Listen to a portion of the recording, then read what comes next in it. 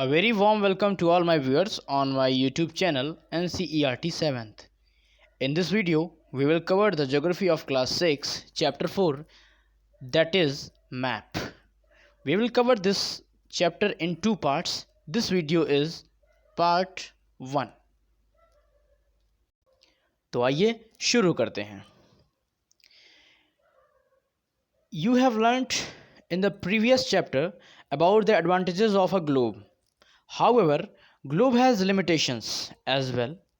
A globe can be useful when we want to study the earth as a whole, but when we want to study only a part of the earth, as about our country, states, districts, towns and villages, it is of little help.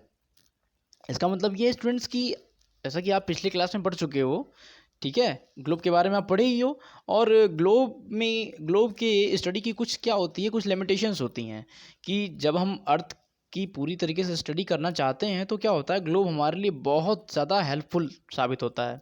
ठीक है, लेकिन अगर हम किसी अर्थ के बहुत बड़े, अगर मान लो अर्थ के हम किसी एक भाग, जैसे अपनी कंट्री हो गई या अपने स्टेट्स या अपने डिस्ट्रिक्ट या अपने सिटी या अपने विलेज के बारे में अगर हम स्टडी करना चाहते हैं तो ये हमारे लिए उतना ज़्यादा हेल्पफुल नहीं होता है.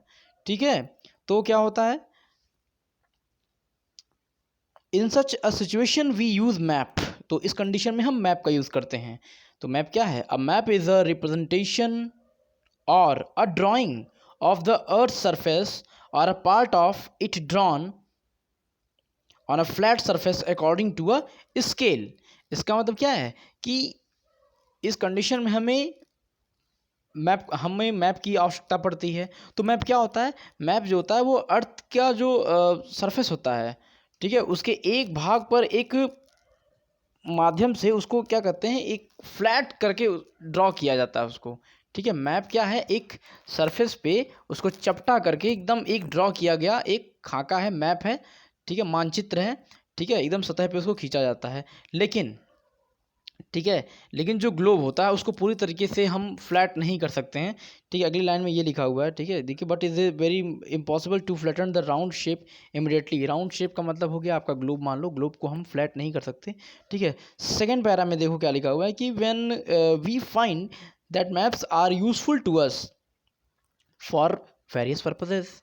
यानी कि हम जानते हैं कि मैप हमारे लिए हर अलग अलग कामों में वो हमारे लिए यूज़ आता है. One map shows a small area and a few facts. यानी कि एक जो मैप होता है किसी छोटे एरिया को या फिर कुछ फैक्ट्स को दिखाता है. फिर क्या होता है? And the map mini contains as many facts as a big book. और कुछ मैप ऐसे होते हैं जो जिसमें बहुत सारे फैक्ट्स इंक्लूड होते हैं, वो एक तरीके की बहुत बड़ी बुक होती है. ठीक, atlases are of various sizes measurements drawn on the different scales. यानी कि जो एटलस होते हैं वो डिफरेंट डिफरेंट साइज़ के होते हैं, डिफरेंट डिफरेंट मेज़र, उनके मेजरमेंट्स अलग अलग होते हैं. ठीक है, और उसकी जो स्केल होती है वो भी डिफरेंट होती है. And maps provides more information then a globe. और हम सभी जानते हैं कि जो मैप होता है वो ग्लोब से भी ज़्यादा हमें जानकारी देता है. यानी ग्लोब से हमें उतनी जानकारी नहीं मिल सकती है, ग्लोब से हमें उतनी जानकारी या उनकी उतनी ज़्यादा इन्फॉर्मेशन नहीं निकाल सकते हैं जितनी कि हम एक मैप से निकाल सकते हैं. क्योंकि मैप में डिफरेंट डिफरेंट स्केल होते हैं और ग्लोब में स्केल नहीं होते हैं, या होते भी हैं तो हम उसे समझ नहीं पाते हैं, या फिर बहुत छोटे होते पता नहीं चल पाता है.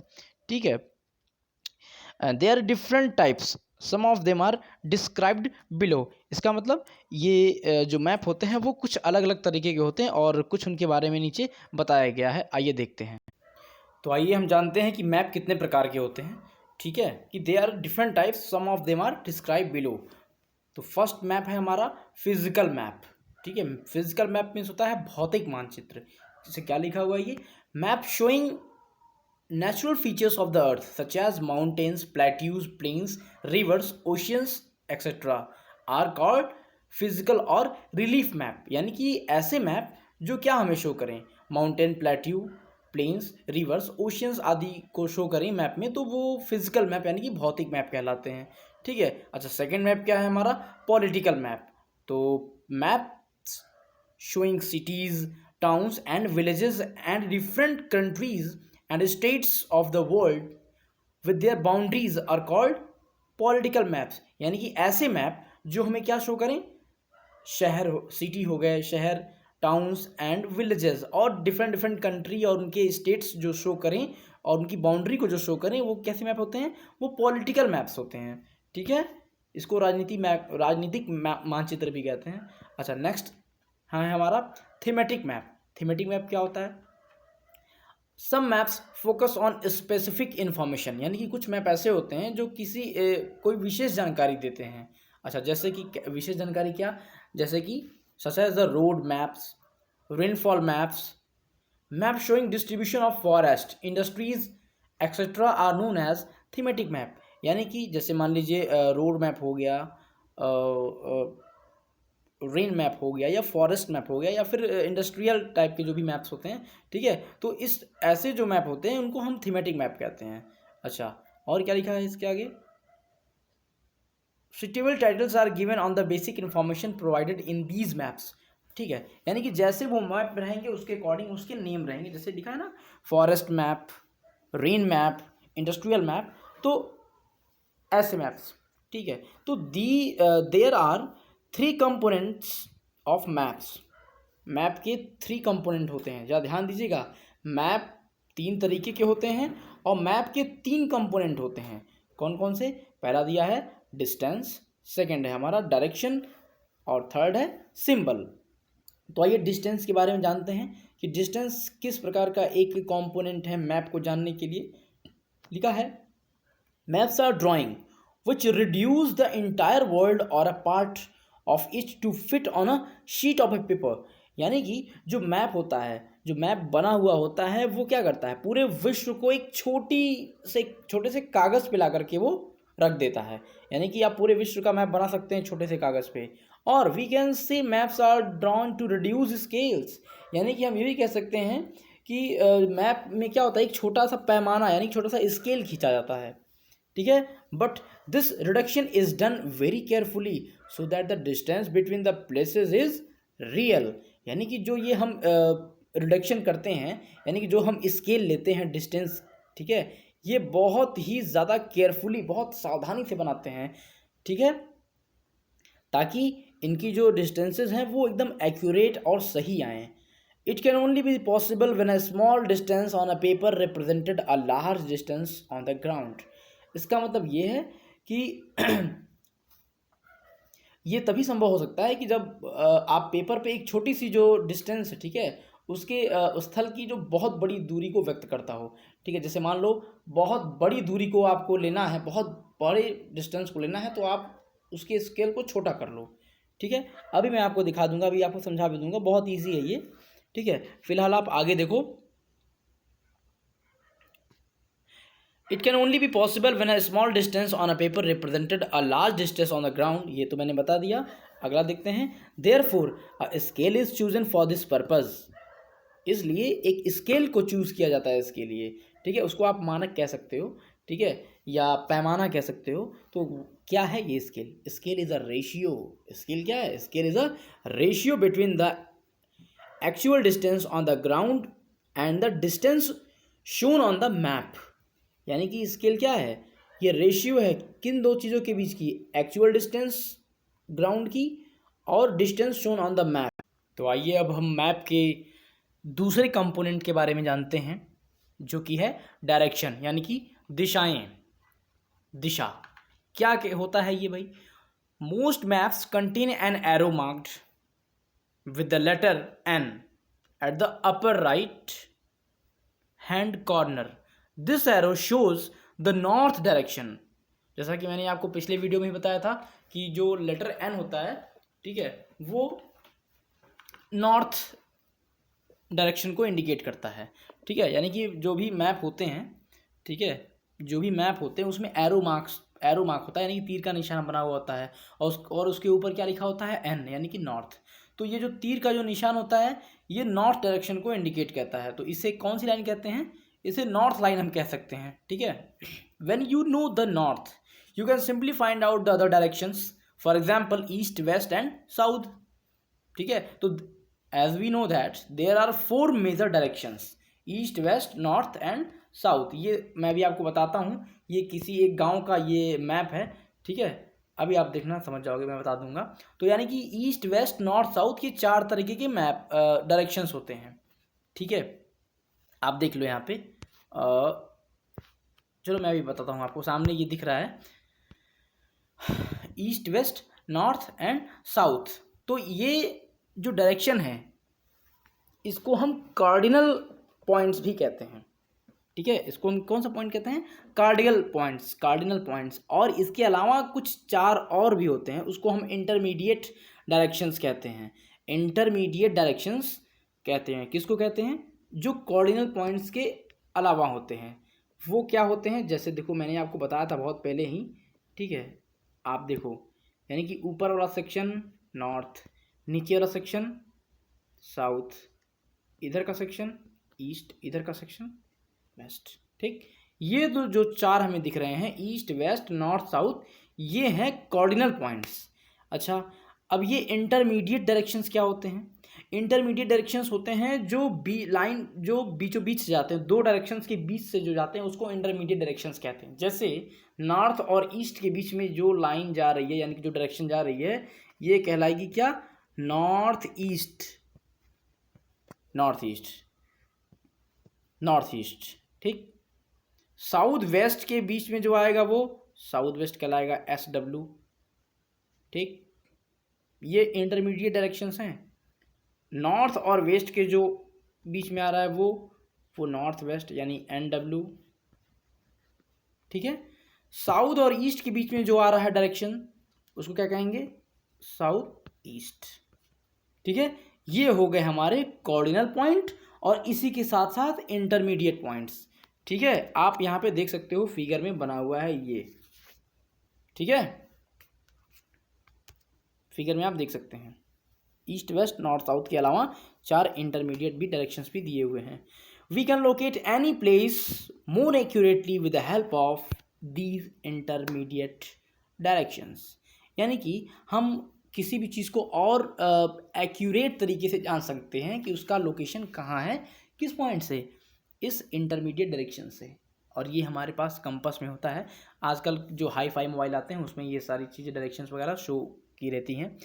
ठीक है, अच्छा नेक्स्ट पैरा हम देखते हैं। Find out the following directions from the figure 4.1a। The directions of the community centre, the playground, from Vikas house B point है, the direction from your school map. देख लो यहाँ पे फिलहाल मैं आपको बताता हूँ। ठीक है, आप देखो, इसमें एक स्कूल है, ये एक मैप दिया हुआ है किसी विलेज का। ठीक है, इस विलेज में क्या दिया हुआ है आप देख सकते हैं, यहाँ पे इनका इस प्लेग्राउंड दिया हुआ है। ठीक है, सबसे ऊपर यहाँ पे देखो प्लेग्राउंड दिया हुआ है, इसके लेफ्ट साइड में ट्री दी हुई है, कम्युनिटी सेंटर दिया हुआ है। ये सारी की सारी आप देख सकते हो, एक मैप ऐसे बना हुआ है ये। ठीक है, ये मैप। और सबसे नीचे देखो ये स्केल भी ले रखा हुआ है, किस तरीके से, ये देखो ये स्केल, ये रहा स्केल यहाँ बनाया हुआ है कि 1 सेंटीमीटर इक्वल्स टू 10 मीटर। ये स्केल ही सबसे ज़्यादा इम्पॉर्टेंट होता है किसी भी मैप में। स्केल की वैल्यू बहुत ही ज़्यादा होती है। अगर स्केल गड़बड़ हो गया आएगा तो पूरा का पूरा डिस्टेंस गड़बड़ हो जाता है। ठीक है, इसको आप देखें ध्यान से। ठीक है, आइए अब हम नेक्स्ट पैरा की तरफ चढ़ते हैं, जो कि हमारा है सिंबल। यानी मैंने बताया था मैप के 3 कंपोनेंट होते हैं। ठीक है, मैप के 3 कंपोनेंट कौन कौन से होते हैं? मेरे साथ आप बोलिए, distance, directions and symbol. Okay, distance, direction and symbol, ये मैप के 3 कंपोनेंट होते हैं। सिंबल्स में क्या है? Symbols, it is the third most important component of a map. It is not possible to draw on a map the actual shape and size of different features such as buildings, roads, bridges, trees, railway line और a well. इसका मतलब क्या होता है कि ये जो map का तीसरा सबसे इम्पॉर्टेंट फैक्टर है, क्या है? ये किसी भी मैप पर आप रियलिस्टिक में उसका शेप साइज या डिफरेंट जो शेप साइजेस होते हैं किसी भी बिल्डिंग्स के या फिर सड़क के या पुल के या फिर किसी पेड़ के और रेल की पटरी, कुएं को आप शो नहीं कर सकते। ठीक है, अब वही कुआं कैसे बनाएंगे उसमें, अभी बताते हैं। ठीक है, इसलिए क्या होता है, तो इसलिए कुछ एक डेफिनेट कुछ लेटर्स हो गया या फिर कुछ कलर हो गया या फिर कुछ लाइंस का यूज़ करके इंडिकेट किया जाता है, हाँ यहाँ पे ये है, यहाँ पे ये है। सिंबल वही बहुत ही ज़्यादा इंपॉर्टेंट रोल प्ले करते हैं, ठीक है। ये सारे के सारे जो तीनों कंपोनेंट हैं मैप के, ठीक है, डायरेक्शन, सिंबल एंड ये डिस्टेंस, ये तीनों बहुत ही ज़्यादा इंपॉर्टेंट है। तो सिंबल उसी कैटेगरी में है। आप देखोगे मोबाइल में जो जीपीएस रहता है, उसके हम लोग के मोबाइल में जो जीपीएस होता है, ठीक है, गूगल मैप, उसके थ्रू दिखता है हमें कि एटीएम कहाँ है, कोई हॉस्पिटल कहाँ है, ठीक है, वो सारी चीज़ें शो की हुई रहती हैं। तो they are shown by the using certain letters, shades, colours, pictures and lines. These symbols give a lot of information in a limited space. यानी कि ये जो सिंबल हैं एक तरीके से गागर में सागर भर देते हैं, ठीक है। यानी कि छोटे से जगहों पे बहुत बड़ी चीज़ें दिखा दी जाती हैं। हाँ, यहाँ पे एटीएम है, यहाँ पे मिठाई की दुकान है, यहाँ पे होटल है, यहाँ पे हॉस्पिटल है, यहाँ पे रेलवे स्टेशन है, यहाँ पे बस स्टेशन है। हर चीज़ के बारे में अच्छे से इन्फॉर्मेशन वहाँ पे दी हुई रहती है। With the use of these symbols maps can be drawn easily and are simple to read. यानी कि इस सिंबल्स के हेल्प से जो मैप को हम बहुत ही अच्छे और आसानी तरीके से पढ़ सकते हैं और समझ सकते हैं। Even if you do not know the language of an area and therefore cannot ask someone for this directions, you can collect informations from map with the help of these symbols। यानी कि अगर भले से आपको कोई भी भाषा ना आती हो, कोई लैंग्वेज ना आती हो किसी एरिया में, सपोज दैट अगर आप साउथ इंडिया में जाते हो, ठीक है, मान लो अगर हम नॉर्थ इंडियंस हैं और साउथ इंडियन में अगर जाते हैं और हमें इंग्लिश के अलावा, इंग्लिश तो आती है, मान लो हमें साउथ की लैंग्वेज नहीं आती है, तो क्या होगा, तो हम सिंपली मैप को देख करके जान जाएंगे या फिर वहाँ के बोर्ड पे लगे हुए कुछ सिंबल्स को देख करके। जैसे हॉस्पिटल होता है ना, हॉस्पिटल के सिंबल क्या होते हैं, रेड कलर का एक प्लस का सिंबल होता है, तो हम उसको देख करके जान जाते हैं हाँ भाई ये हॉस्पिटल का सिंबल है। तो ये सिंबल बड़े ही ज़्यादा इंपॉर्टेंट रोल प्ले करते हैं, ठीक है। You can collect information from maps with the help of these symbols. यानी कि इस सिम्बल्स के थ्रू, इस सिम्बल्स के हेल्प से हम बहुत सारी इन्फॉर्मेशन को हम कलेक्ट कर सकते हैं। आगे देखिए, maps have a universal language that can be understood by all. ठीक है, जैसा कि मैंने बताया एक पूरी की पूरी यूनिवर्सल लैंग्वेज होती है। जैसे हॉस्पिटल के लिए मैंने बताया ना कि प्लस का एक सिंबल रहता है, ठीक है, प्लस का सिंबल रहता है किस कलर का, रेड कलर का, ठीक है, वो यूनिवर्सल है, वो हर जगह रेड कलर का ही आपको दिखेगा, ठीक है, तो ताकि सभी लोग इसको आसानी से समझ जाएं। There is an international agreement. अच्छा, ऐसा क्यों है कि there is an international agreement regarding the use of these symbols. These are called conventional symbols. Some of the conventional symbols are shown in the figure 4.3। यानी कि क्या होता है कि एक इंटरनेशनल एग्रीमेंट हुआ है, ठीक है, और उस इंटरनेशनल एग्रीमेंट का क्या नाम है, कन्वेंशनल सिम्बल्स, ठीक है। इस सिंबल्स को लेकर के एक एग्रीमेंट हुआ था ताकि उसमें ये बताया गया कि हाँ, यह डिफरेंट डिफरेंट चीज़ों के लिए ये सिंबल्स का हम यूज़ करेंगे, और सारी कंट्री जो हैं इसको फॉलो करते हैं। और उसमें से कुछ नीचे दे रखे हुए हैं, इसको हम देखते हैं ज़रा सा, आइए। यहाँ आप देखिए फर्स्ट लाइन में लिखा है railway line, broad gauge, metre gauge and railway station. यानी कि देख लो, ब्रॉड गेज में लाइन चौड़ी चौड़ी है, मीटर गेज में लाइन क्या है, थोड़ी पतली है। अच्छा, पॉइंट नंबर 2 देखिए, रोड्स। अच्छा, रोड्स में दो तरीके के रोड हैं, एक मेटल्ड हैं और एक क्या है, अनमेटल्ड हैं, ठीक, देख लीजिए। उसके बगल में दो सिंबल्स बने हुए हैं। बाउंड्री में देखिए क्या लिखा हुआ है, बाउंड्री भी दो तरीके की हैं, तीन तरीके की हैं, माफ़ कीजिएगा, international, state and district. International की बाउंड्री ऐसी रहेगी, मैप में शो करेगा, स्टेट में ऐसे और डिस्ट्रिक्ट का ऐसे। रिवर का देख सकते हैं आप, रिवर हो गया, वेल हो गया, टैंक, कैनाल एंड ब्रिजेस का कैसे शो करता है, ठीक। टेम्पल्स के लिए ऐसे हैं, चर्च के लिए है, मॉस्क्यू के लिए हैं, ठीक है, पोस्ट ऑफिस के लिए है, पोस्ट एंड टेलीग्राफ ऑफिस के लिए है, पुलिस स्टेशन के लिए है। ये सारी जो चीज़ें हैं, ट्री ग्रास के लिए आप देख सकते हो। ये जो सिंबल हैं ये यूनिवर्सल सिंबल है। आप किसी भी कंट्री में चले जाओ, किसी भी कंट्री में अगर आप जाते हो वंडरिंग के लिए, तो आपको यही सिंबल आपको हर जगह देखने को मिलेंगे। आओ अब हम आगे देखते हैं कि various colours are used in the same purpose. For example, generally blue is used for the showing water bodies, brown for mountain, yellow for plateau and green is used for plains. तो इस para में बात कर रहा है कि जो colours हैं क्या हैं वो डिफरेंट है, कि various colours are use for same purposes. यानी कि जो डिफरेंट डिफरेंट कलर है उनको सेम पर्पज़ के लिए भी यूज़ किया जाता है। एग्जाम्पल के तौर पे देख सकते हैं आप कि जो blue is use for showing water bodies, brown for mountain, yellow for plateau and green is use for plain. ठीक है स्टूडेंट्स, बाकी का जो इसके आगे का जो पार्ट है वो हम पार्ट 2 में पढ़ेंगे। इस वीडियो में बस इतना ही। चैनल पे आप बने रहिए, सब्सक्राइब कीजिए, लाइक कीजिए, शेयर कीजिए और बेल आइकन को प्रेस कीजिए ताकि आपको इस चैनल के लेटेस्ट नोटिफिकेशन मिलते रहें।